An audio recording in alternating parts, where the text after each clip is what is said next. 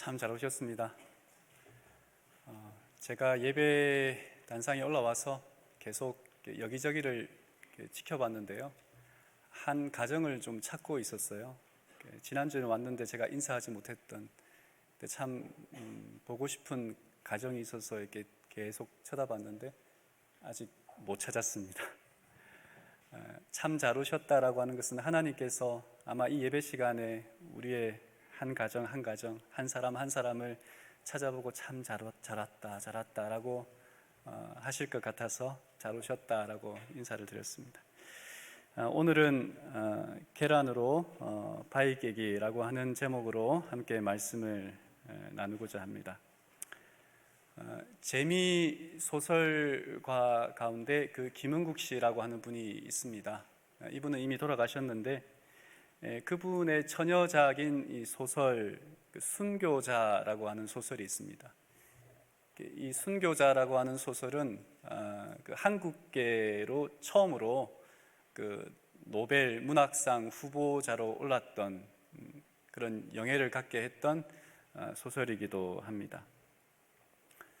12명의 목사들이 6.25 전쟁 때 12명의 목사들이 북한에서 이렇게 처형당한 이야기로 이야기는 시작을 해요. 14명의 목사가 북한군에 끌려갔는데 12명은 처형당하고 2명만 살아남는 이야기예요. 그래서 12명을 순교자라고 사람들은 부르고 2명을 배신자라고 합니다. 한 사람은 신목사라고 소설에 나옵니다. 신목사는 입을 다물어요. 왜 그들이 죽지 않고 살아남았는지에 대하여 입을 다뭅니다. 한 사람은 젊은 목사인데 한 목사예요. 한시성을 가진 목사인데 한 목사는 정신 이상자가 되었습니다. 총살당하는 현장에서 그가 보지 못할 것을 보고 이제 정신 이상자가 된 것입니다. 사람들은 총살당한 12명은 순교자라고 부르고 2명은 배교자, 배신자라고 불렀습니다. 근데 나중에 이 이야기 소설 중반쯤 가면 당시 처형하는 그 현장에 있었던 북한군이 포로로 잡혀와서 증언을 하기를 12명은 순교자가 아니라 죽음의 현장에서 총 앞에서 비굴하게 굴며 살려달라고 애고를 했고 이 2명 중에 1명은 자기가 그렇게 존경하던 한 목사님이 비굴하게 구는 그 모습을 보고 정신 이상자가 되었고 또 한 사람은 끝까지 죽으면 죽으리라라고 하는 심정으로 그 총칼 앞에서도 굳세게 의연하게 대처했기 때문에 북한군이 살려주었다라고 하는 이야기가 반전이 있게 됩니다. 신목사라고 하는 분은 입을 다물었어요. 누군가가 알아주기를 바라는 마음에서 자신의 행위를 알리고 옹호하고 방어하는 삶이 아니라 살아서 자신의 삶을 다른 사람이 욕한다고 할지라도 하나님을 믿는 믿음의 삶을 살아갔던 그런 순교자의 삶을 살아갑니다. 순교한 사람도 대단하지만 사실 살아남은 사람도 대단하다는 생각이 들어요. 각 시대의 대쟁투를 여러 번 읽어보셨을 거예요. 16세기, 그리고 15세기의 어떤 그 믿음의 선배들의 삶을 보면 그들이 얼마나 큰 고초를 당하면서 또 하나님을 소중하게 여기며 죽어가는지에 대하여 이야기를 합니다. 어쩌면 무모해 보입니다. 왜 저렇게 죽음을 선택해야 할까? 살아서 더 위대한 일을 할 수 있지 않을까라고 하는 생각을 해보게 하는 장면들도 있습니다. 그런데 그들은 그것이 설령 죽는다 할지라도 자기 한 명 죽는다고 해서 뭔가 세상이 변화될 것 없는데 그럼에도 불구하고 그들의 목숨을 타협하지 않고 순교하는 그들의 모습 속에서 무엇이 저들로 하여금 저렇게 만들었을까라고 하는 생각을 해보게 합니다. 영화 변호인이라고 하는 그 영화에서 식당 주인 아들이 변호사인 이 송강호 씨에게 다음과 같은 말을 해요. 바위는 아무리 강해도 죽음기고 계란은 아무리 약해도 사른기랍고 바위는 부서지가 모래가 돼도 게라는 깨나서 그 바위를 넘는다. 이란 얘기 모릅니까? 라고 하는 대사가 있습니다. 변호사인 이 주인공이 식당 주인, 자기가 은혜를 입은 식당 주인 아들에게 너는 데모 안 하지 라고 하는 이야기를 하는 거예요. 네가 아무리 데모 해봤자, 너희들의 의협심과 그런 정의를 앞세운 데모를 해봤자 이 사회가 바뀔 것 같으냐라고 하는 말에 대하여 이 식당 주인 아들이 또 다른 주인공이 했던 말입니다. 이 말은 바위는 아무리 강해도 죽은 것일 뿐이고 계란은 아무리 약해도 살아 있는 것입니다. 바위는 부서져서 모래가 될 뿐이지만 계란은 생명이기에 부화되어 닭이 되고 나면 그 닭은 얼마든지 그 바위를 넘을 수 있습니다 라고 하는 이야기인 것입니다. 참 멋있는 말입니다. 멋있는 대사라고 생각을 했어요. 멋있는 말이지만 고민은 남습니다. 우리가 살면서 경험하는 현실은 그와 같은 대사를 치기에는 너무도 다르다고 느끼기 때문에 그렇습니다.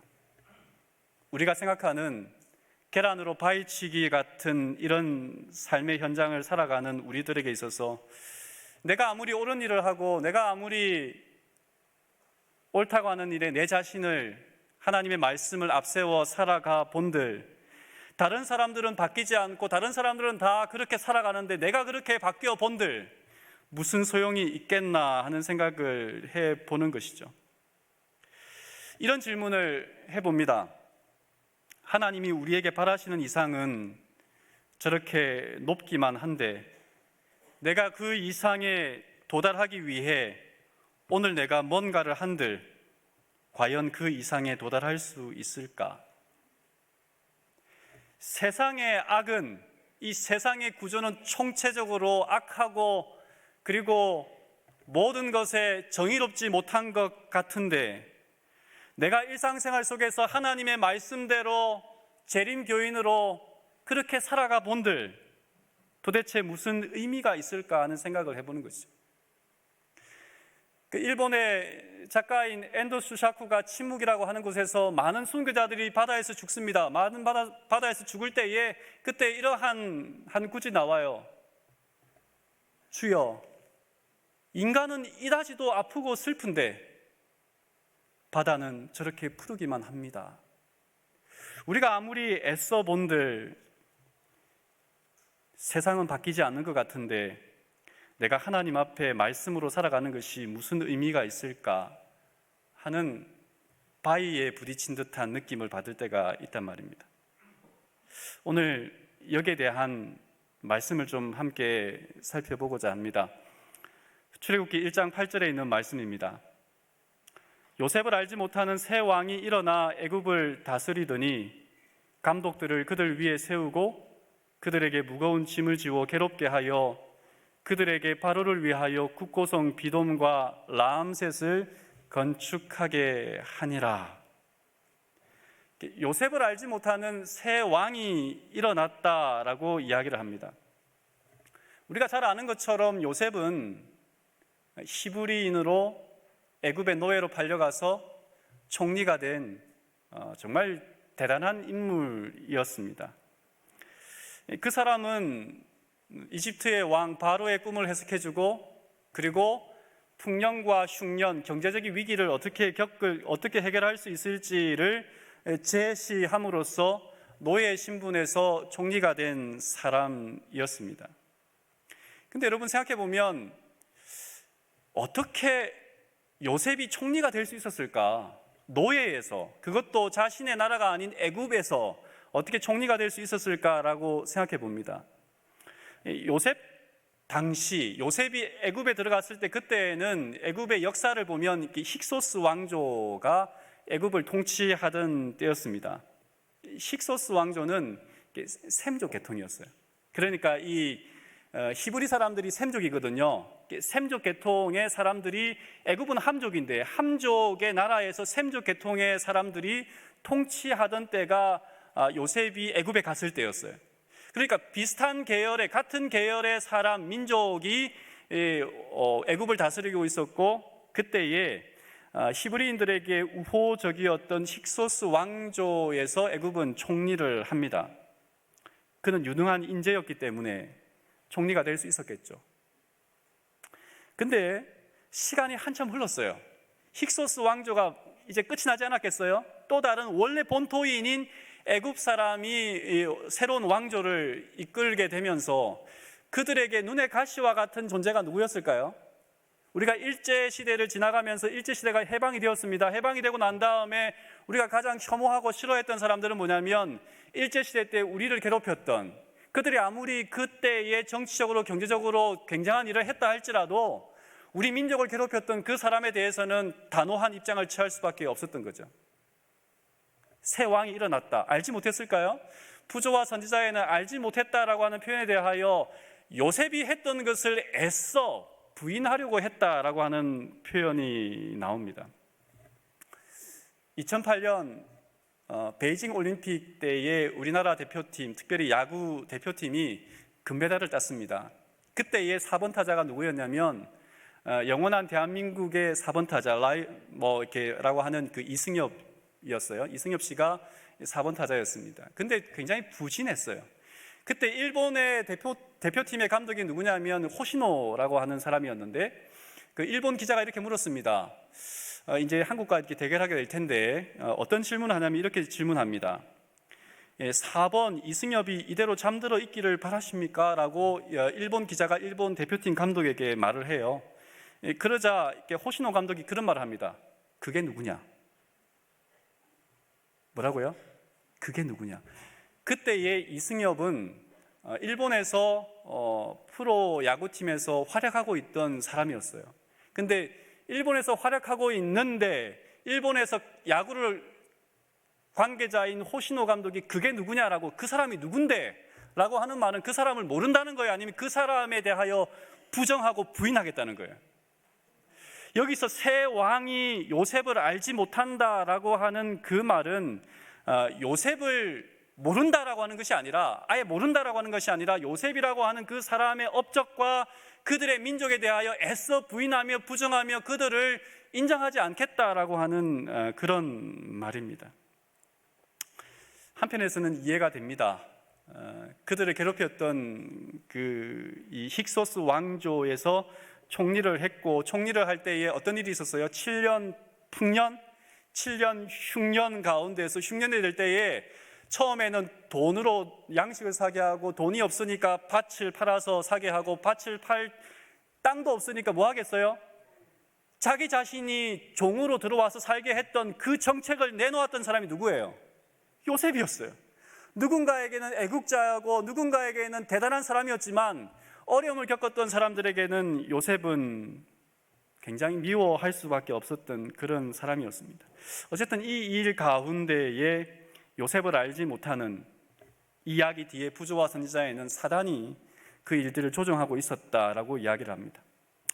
1장 15절에 보면 애굽 왕이 히브리 산파 십브라라 하는 사람과 부하라 하는 사람에게 말하여 이르되 너희는 히브리 여인을 위하여 해산을 도울 때에 그 자리를 살펴서 아들이거든 그를 죽이고 딸이거든 살려두라. 요셉을 알지 못하는 새 왕이 이집트를 다스리면서 히브리 사람들을 계속 이 숫자가 늘어나는 거예요. 숫자가 늘어나니까 이 사람들을 좀 억제하고 이 사람들을 꺾어야 되겠는데, 그래서 처음에는 혹독한 일을 시킵니다. 근데 혹독한 일을 시키면 시킬수록 이 민족이 어떻게 돼요? 계속 사람들의 숫자는 늘어나는 거예요. 그러면서 이제 그들이 뭐 하냐면 티 안 나고 손쉽게 히브리 민족을 말살할 어떤 정책을 내놓는데, 그 뭐냐면 남자아이가 태어나는 즉시 뭐 하는 거예요?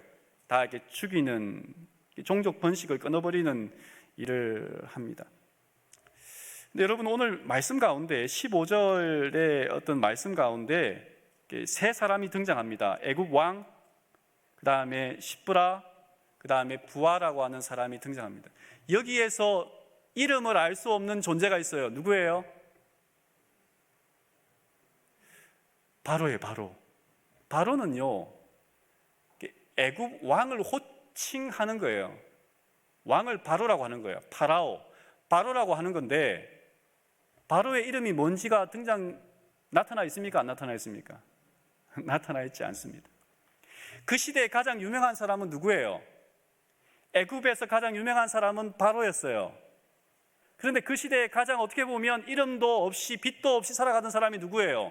산파들이었어요. 아이를 낳는 조산원들이었단 말이에요. 그런데 성경은 누구의 이름을 기록하고 있고,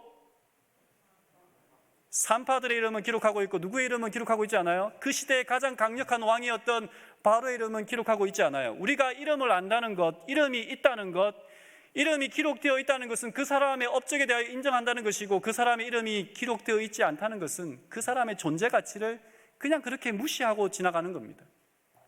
유명한 사람, 있을 유자잖아요. 있을 유의 이름 명자잖아요. 이름이 있다, 유명한 사람. 무명한 사람, 없을 무의 이름 명자 아닙니까? 누가 유명한 사람이고 누가 무명한 사람이에요? 누가 유명인이고 누가 무명인이냐 하는 말입니다. 하나님께서 주목하고 있는 것이 무엇인가? 라고 하는 것을 우리가 여기서 살펴볼 수가 있습니다. 출애굽기 1장 1절은 야곱과 함께 각각 자기 가족을 데리고 애굽에 이른 이스라엘 아들들의 이름은 이러하니라고 이야기해요. 이름이라고 하는 것이 성경에 중요한 것은 뭐냐면 그 사람의 존재 자체를 각인시키고 인정하는 것이 이름에 있습니다.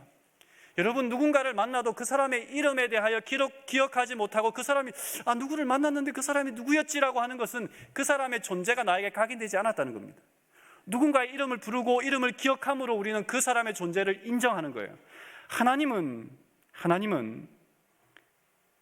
두 산파의 이름은 기록하고 기억하게 할지언정 바로의 이름은 기록하지도 않았고 기억할 필요성도 없는 듯이 그렇게 이야기를 합니다.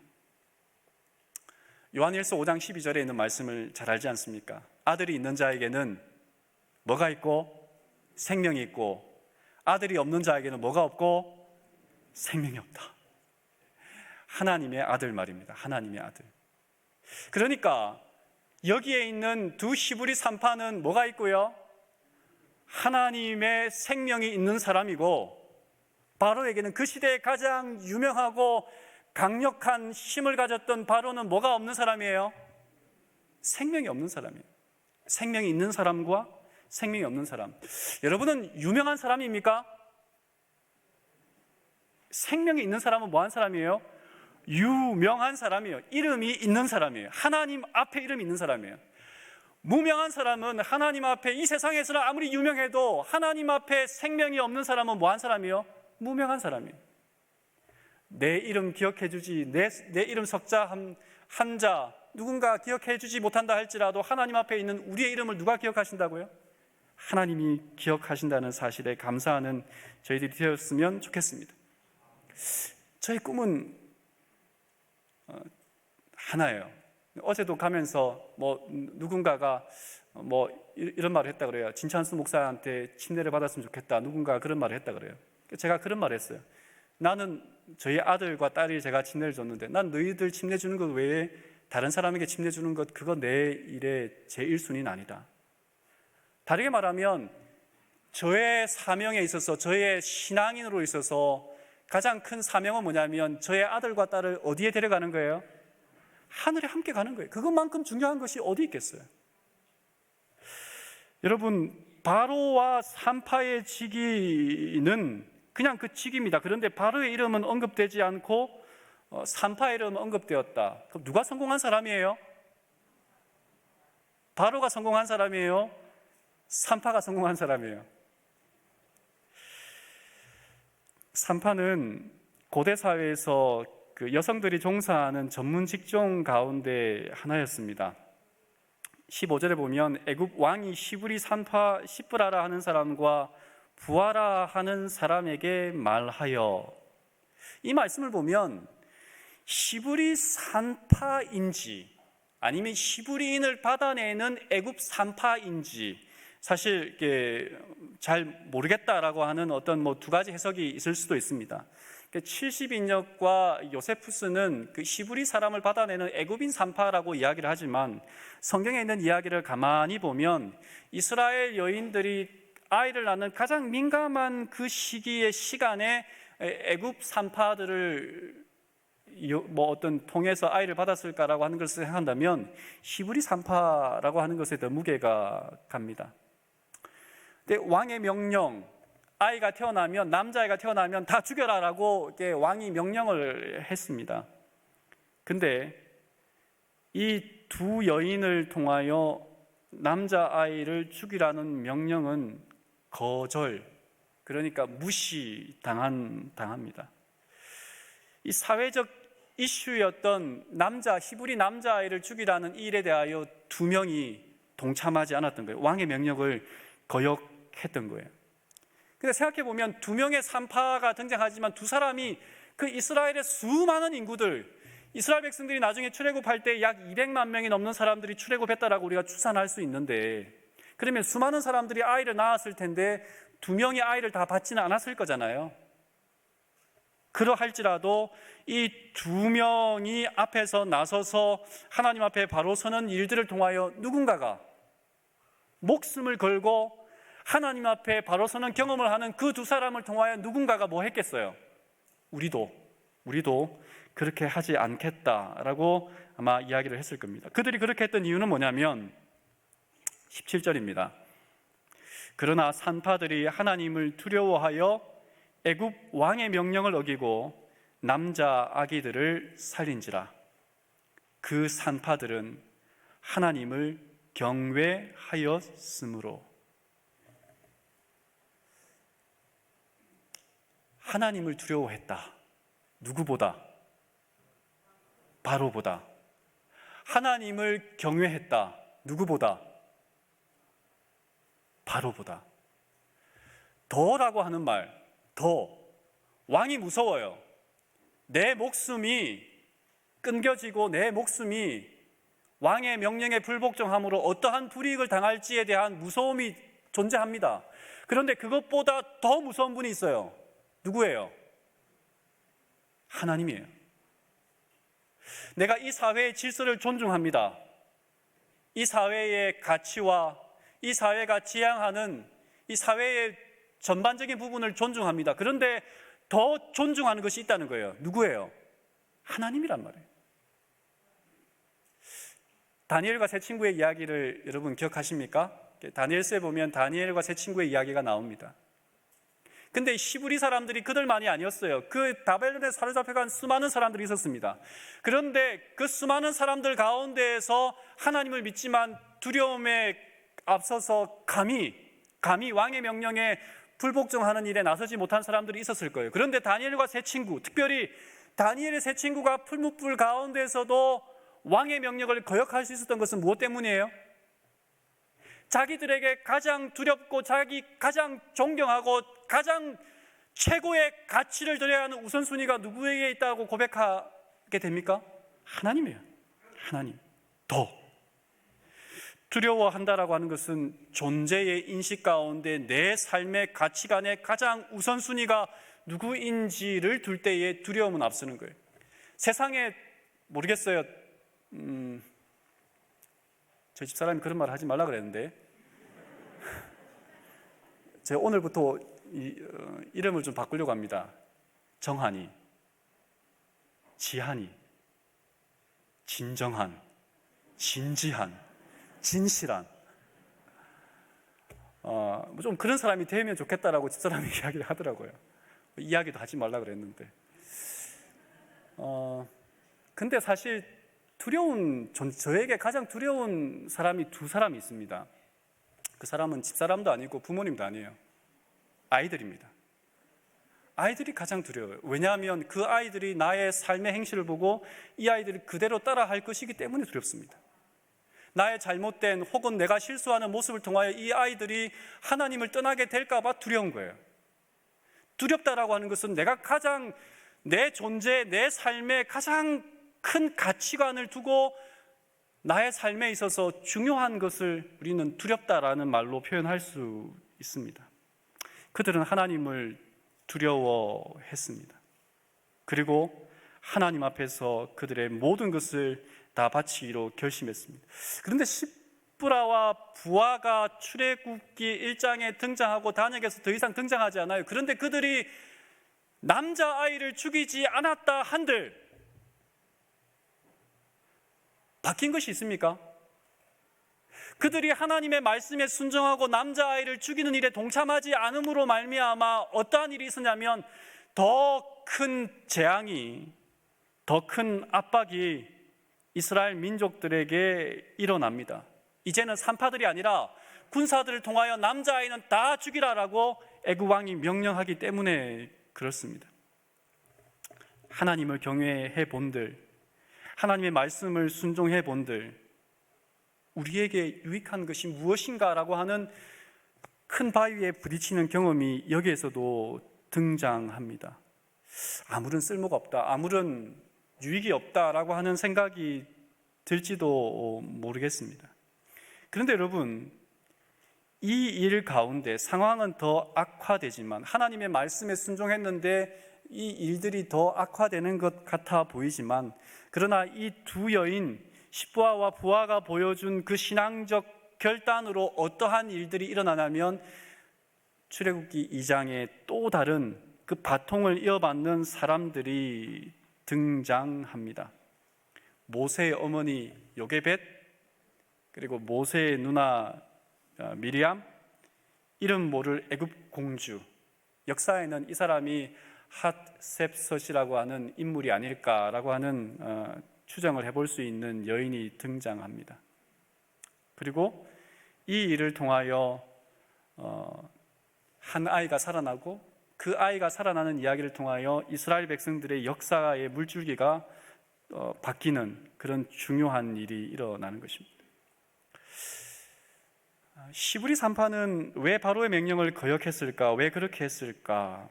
여러분, 예전에 유명했던 그 대장금이라고 하는 드라마에서 어떤 한 아이가 어린 장금이가 이제 이런 대사를 합니다.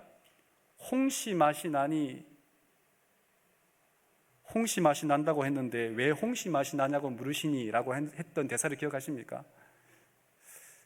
저만 경건하지 못한 사람이군요. 시브리 산파에게 왜 그렇게 했느냐라고 물으신다면 아마 그들은 하나님을 경외하는 마음으로 그렇게 했는데 왜 그렇게 했냐고 물으신다면 어떻게 대답해야 될까라고 했을지도 모르겠습니다. 왜 살렸느냐? 왜 살렸느냐라고 바로가 물었을 때의 시브리 여인은 이렇게 말을 합니다. 19절에 시브리 여인은 애굽 여인과 같지 아니하고 건장하여 산파가 그들에게 이르기 전에 해산하였더이다. 20절에는 하나님이 그 산파들에게 은혜를 베푸시니라고 이야기를 합니다.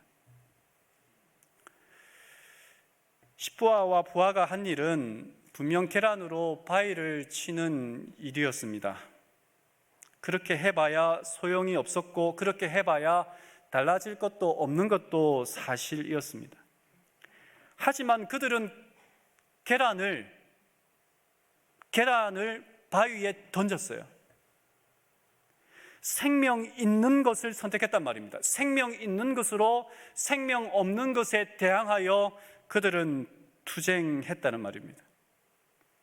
그랬을 때에 반드시 생명은 뭐 하게 되어 있어요? 살아 움직이는 것이기 때문에 승리하게 되어 있습니다.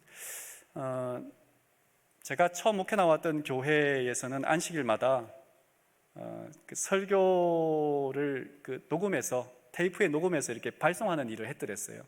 별내교회도 그 CD에 MP3로 녹음해서 보냈던 시절이 있지 않았습니까? 지금은 이제 유튜브에서 다 보기 때문에. 근데 그 교회에 여집사님은 교회 열심히신데 남편은 교회를 나오지 않는 한 분이 계셨어요.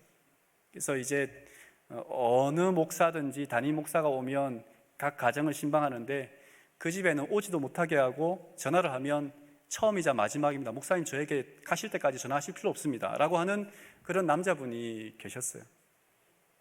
근데 이제 이 여집사님도 좀 바쁘신 분이나 때로는 뭐 일 때문에 혹은 뭐 지방에 가 계시는 일들이 있어서 결석하는 날이 많았고, 결석하면 꼭 교회에서는 결석한 분들에게 주보와 테이프를 이렇게 발송을 했었더랬습니다. 말씀 테이프를.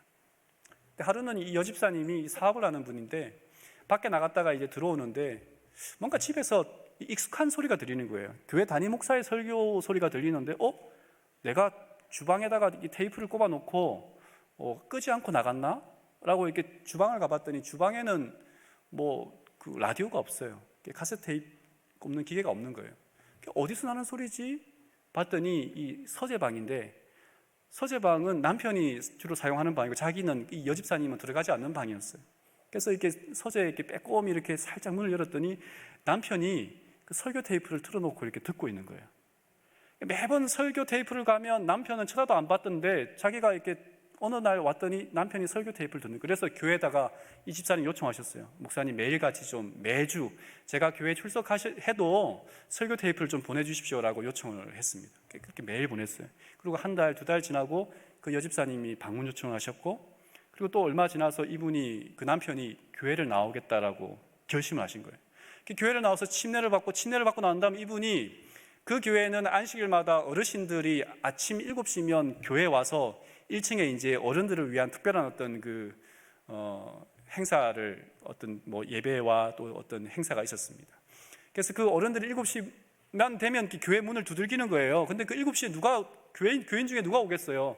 그랬더니 이 침례 받은 지 얼마 안 된 그 남자분이 교회에 와서 그 문을 열고 맞이하고, 그리고 뭐 화요일, 금요일, 토요일, 이분은 어떤 분이냐면 뭐 돈이 좀 있는 분이기 때문에 그 고향이 목포신데 목포에서 친구가 야 다금바리 잡았다 그러면 비행기 타고 내려갔다가 회 떠먹고 다시 올라오는 그런 분이었어요. 그리고 주말이면 뭐 이렇게 골프 치러 이렇게 해외 나가는 것이 다반사인 분이었는데, 근데 이분이 화요일, 금요일, 토요일 빠지지 않고 교회를 나오고, 친구가 아무리 전화해도 목포에 내려가지 않고, 아무리 또 어떤 이 바람이 불어도 해외에 골프 치러 가지 않는 거예요. 그럼 뭐냐면 이분이 하는 말이 그래요. 목사님, 하나님께 사로잡히니까요, 모든 것이 다 쌀데기가 없어요. 무엇도 다 제 삶에 가치 있는 것이 이것보다 더 중요한 것이 없어요. 늘상 저는 그 교회를 떠났지만 그분이 어떻게 되었을까 궁금했어요. 제가 있을 때는 그냥 성도님이었어요. 근데 어느 해에는 집사님 직분을 받으셨고, 또 지금은 장로님으로 성실하게 봉사하고 계신다 그래요. 생명이 있다면 그것이 계란이라 할지라도 뭐 할 수 있어요? 바위를, 생명 없는 것을 깰 수 있다라고 하는 것을 알게 되었습니다. 저희 아들이 4살 때 열이 떨어지지 않아서 한밤중에 응급실로 달려갔던 적이 있었습니다. 간호사가 주사를 잘 못 놓아서 버럭 소리를 질렀던 그런 때였어요. 근데 애가 막 울어요. 주사를 맞다가 좀 힘들어서 우는가 보다 했더니 이 아이가 이런 말을 했습니다. 너무 슬프다는 거예요. 왜 슬프냐 그랬더니, 나중에 우리 가족이 다 하늘에 갈 텐데 할머니도 있고 엄마 아빠도 있고 다 있는데, 그때 할아버지가 교회를 안 다니셨거든요. 할아버지가 하늘에 못 가면, 이모부가 하늘에 못 가면 어떡하지? 라고 4살 먹은 아이가 울고 있는 거예요. 근데 지난주에 침례식이 있었습니다. 박미영 성도님 가정이 침례식이 있었습니다. 이 사진을 보면 이 침례식 가운데에 맨 왼쪽이 민규예요. 민규는 교회를 참 사랑하는 학생입니다. 이제 6학년 졸업을 하고 학생반에 올라가는데, 이 민규 따라서 우리 박미영 성도님 엄마가 같이 교회를 이렇게 열심히 나오셨더랬어요. 근데 민규가 침례를 먼저 받았어요. 근데 이제 박미영 성도님도 침례를 받고 이제 할 때 민규가 그런 말을 했다 그래요. 아빠가 하늘에 못 가면 어떡하냐? 우리 가족은 다 하늘에 갈 텐데 아빠가 하늘에 가지 못하면 어떡하냐? 아빠가 어떻게 했겠어요? 민규와 똑같이 닮았거든요. 다시 사진 한번 띄워줘 보시겠어요? 여러분, 이 가족을 보시면, 오늘도 여기 오른쪽에 뒤에 계시는데 김도연 우리 성도님께서 그 말을 듣고 결심했습니다. 뭐 하기로요? 하나님을 믿고 침례받기로 결심하고 오늘도 교회를 나오셨어요. 그 일가족이 다 교회를 나왔습니다. 계란으로 바위를 치면 바위가 깨집니까? 안 깨집니까? 깨집니다. 장로님, 제가 못 살겠어요. 계란으로 바위를 치면 바위는 깨지게 되어 있어요. 생명 있는 것은 항상 생명 없는 것을 무너뜨리게 되어 있습니다. 생명 있는 것을 사모하는 믿음의 성도들이 되지 않으시겠습니까? 생명이 있다면 그것이 아무리 연약한 계란일지라도 바위를 부술 수 있습니다. 생명이 있으니까요. 부디 우리의 삶 속에서 생명 없는 것에 우리의 삶의 가치를 두지 말고 생명 있는, 우리를 다시 살릴 수 있는 생명 있는, 그것이 아무리 연약하여 정말 바위를 부술 수 없을 것처럼 보이는 것이라 할지라도 생명 있는 것에 우리의 최고의 가치를 두는 저와 우리 모든 믿음의 식구들이 되기를 바라면서 말씀을 줄이겠습니다.